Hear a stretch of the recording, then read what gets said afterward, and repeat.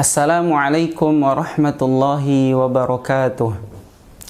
Alhamdulillahi rabbil alamin, bini'matihi tatimmus salihat, alqail fi muhkamil ayatil bayyinat, walikulli wijhatun huwa muwalliha fastabiqul khairat.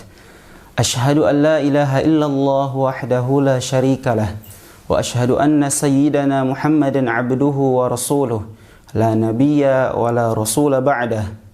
Amma ba'du, Rabbi shrah li sadri wa yassir li amri wahlul 'uqdatam min lisani yafqahu qawli. Alhamdulillahi rabbil alamin, sahabat thayyibah yang dirahmati Allah Subhanahu wa taala. Alhamdulillah, insyaallah pada kesempatan serpihan kali ini kita akan membawakan tema sinkronisasi antara iman dan ilmu. Insyaallah, mudah-mudahan setiap apa yang kita niatkan, setiap niat baik dan hajat yang kita niatkan untuk kebaikan senantiasa dirahmati, senantiasa dikaruniai nikmat dan karunia dari Allah Subhanahu wa taala. Alhamdulillahirabbil alamin.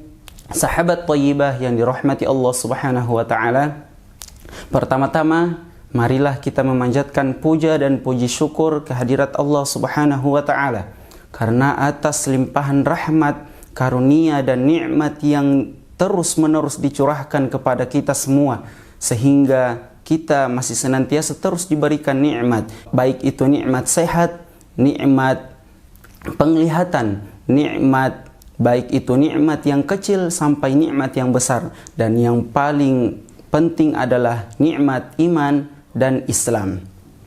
Salawat serta salam kita persembahkan kepada keharibaan baginda Nabi besar Nabi Muhammad sallallahu alaihi wasallam atas jerih payah beliau, atas perjuangan beliau menegakkan kalimat la ilaha illallah, tiada Tuhan selain Allah. Sekarang kita bisa menikmati nikmatnya iman dan Islam.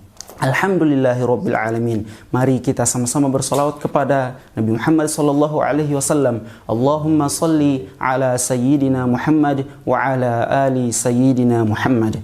Alhamdulillahirabbil alamin. Sahabat thayyibah yang dirahmati Allah Subhanahu wa taala, berbicara tentang sinkronisasi antara iman dan ilmu. Mengenai hal ini sudah dijelaskan oleh Allah Subhanahu wa taala dalam Al-Qur'an surah Al-Mujadalah ayat 11 yang berbunyi, A'udzu billahi minasy syaithanir rajim. Ya ayyuhalladzina amanu idza qila lakum tafassahu fil majalis إذا قيل لكم تفسحوا في المجالس فافسحوا يفسح الله لكم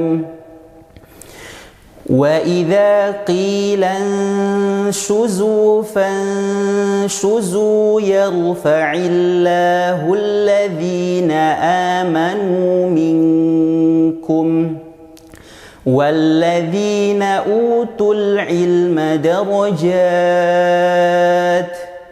والله بما تعملون خبير. Allah Subhanahu wa taala berfirman, wahai orang-orang yang beriman, apabila dikatakan kepadamu berlapang-lapanglah dalam majelis, maka lapangkanlah, niscaya Allah akan memberi kelapangan untukmu. Dan apabila dikatakan kepadamu berdirilah kamu, maka niscaya berdirilah, niscaya Allah akan mengangkat derajat orang-orang yang beriman dan orang-orang yang diberi ilmu pengetahuan beberapa derajat. dan Allah Maha mengetahui apa yang kamu kerjakan. Sahabat thayyibah yang dirahmati Allah Subhanahu wa taala. Dalam ayat ini ada pernyataan yarfa'illahu alladhina amanu minkum walladzina utul ilma darajat, yaitu niscaya Allah akan mengangkat derajat orang-orang yang beriman dan orang-orang yang memiliki ilmu pengetahuan beberapa derajat. Sahabat thayyibah yang dirahmati Allah Subhanahu wa taala. Dr. Sulaiman Al-Asqari dalam kitab Zubdadut Tafsir min Fathil Qadir memberi penjelasan mengenai ayat ini. Beliau menjelaskan bahwasanya barang siapa yang berkumpul di dalam hatinya iman dan ilmu, maka Allah akan mengangkat derajatnya. Sahabat thayyibah yang dirahmati Allah Subhanahu wa taala, berdasarkan ayat ini, bagi satuan individu, iman dan ilmu dapat melahirkan kemuliaan dan dapat meninggikan derajat seseorang.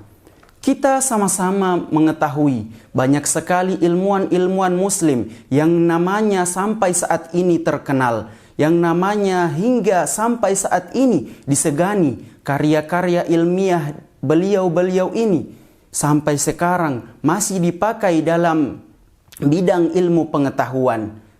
Semua itu terjadi karena Allah meninggikan derajat mereka. Nama-nama seperti Ibnu Sina yang masyhur dikenal sebagai bapak ilmu kedokteran modern, Al-Khawarizmi yang dikenal sebagai bapak Al-Jabar, bapak algoritma, dan masih banyak lagi ilmuwan-ilmuwan muslim yang lainnya. Mereka dimuliakan dan diangkat derajatnya oleh Allah Subhanahu wa taala. Karena apa? Karena mensinkronisasikan antara iman dan ilmu di dalam diri pribadi mereka masing-masing. Sahabat thayyibah yang dirahmati Allah Subhanahu wa taala, sinkronisasi antara iman dan ilmu ini merupakan sesuatu yang tidak bisa dipisahkan. Kehilangan salah satunya hanya akan mengakibatkan kerusakan yang akan menyebabkan malapetaka yang berkepanjangan. Kita bisa mengetahui bahwa ketika seseorang hanya memiliki iman dan dia tidak memiliki ilmu, maka ini akan berdampak buruk. Ketika seseorang hanya memiliki iman dan dia tidak mengetahui tata cara untuk sholat, dia tidak mengetahui bagaimana caranya untuk berpuasa, dia tidak mengetahui tata cara untuk beribadah, melakukan amal-amal baik yang lainnya, maka amalnya, iman yang dia miliki ini akan sia-sia karena tidak ada amalan yang ia perbuat, karena dia tidak memiliki ilmu untuk mengerjakan amalan-amalan ibadah yang itu mendatangkan ridho Allah Subhanahu wa taala.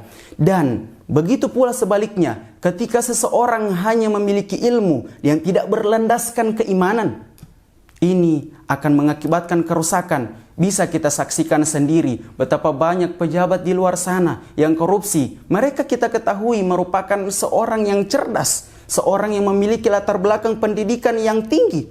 Akan tetapi keilmuan, kecerdasan yang mereka miliki malah digunakan untuk menghalalkan segala cara untuk memperkaya diri, untuk mencuri uang rakyat. Na'udzubillah summa na'udzubillah. Maka dari itu, sinkronisasi antara ilmu dan iman ini harus senantiasa dijaga. Sudah saatnya kita kembali kepada konsep Al-Quran yang menjadikan iman dan ilmu ini sebagai sesuatu yang dapat meningkatkan derajat setiap manusia yang mengamalkannya. Sahabat thayyibah yang dirahmati Allah Subhanahu wa taala, seorang negarawan besar yang biasa kita kenal dengan panggilan Buya Hamka, beliau pernah mengatakan seperti ini: agama tanpa ilmu laksana lentera di tangan bayi, ilmu tanpa agama laksana lentera di tangan pencuri. Ya, begitulah faktanya. Majas yang diberikan oleh Buya Hamka ini akan menggambarkan kepada kita semua bahwa pentingnya memiliki keduanya antara agama dan ilmu. Pentingnya memiliki keduanya, memadukan kedua antara ilmu dan ketakwaan. Mari kita kembali kepada konsep Al-Quran yang menjadikan agama dan ilmu sebagai acuan tata nilai untuk meningkatkan kualitas diri dan pribadi setiap muslim. Mungkin hanya ini yang bisa saya sampaikan, lebih dan kurangnya saya mohon maaf. Bila ada salah kata itu datangnya dari diri saya, jika yang benar itu datangnya dari Allah Subhanahu wa taala. Mungkin sekian yang bisa saya sampaikan. Wallahul musta'an. Wassalamualaikum warahmatullahi wabarakatuh.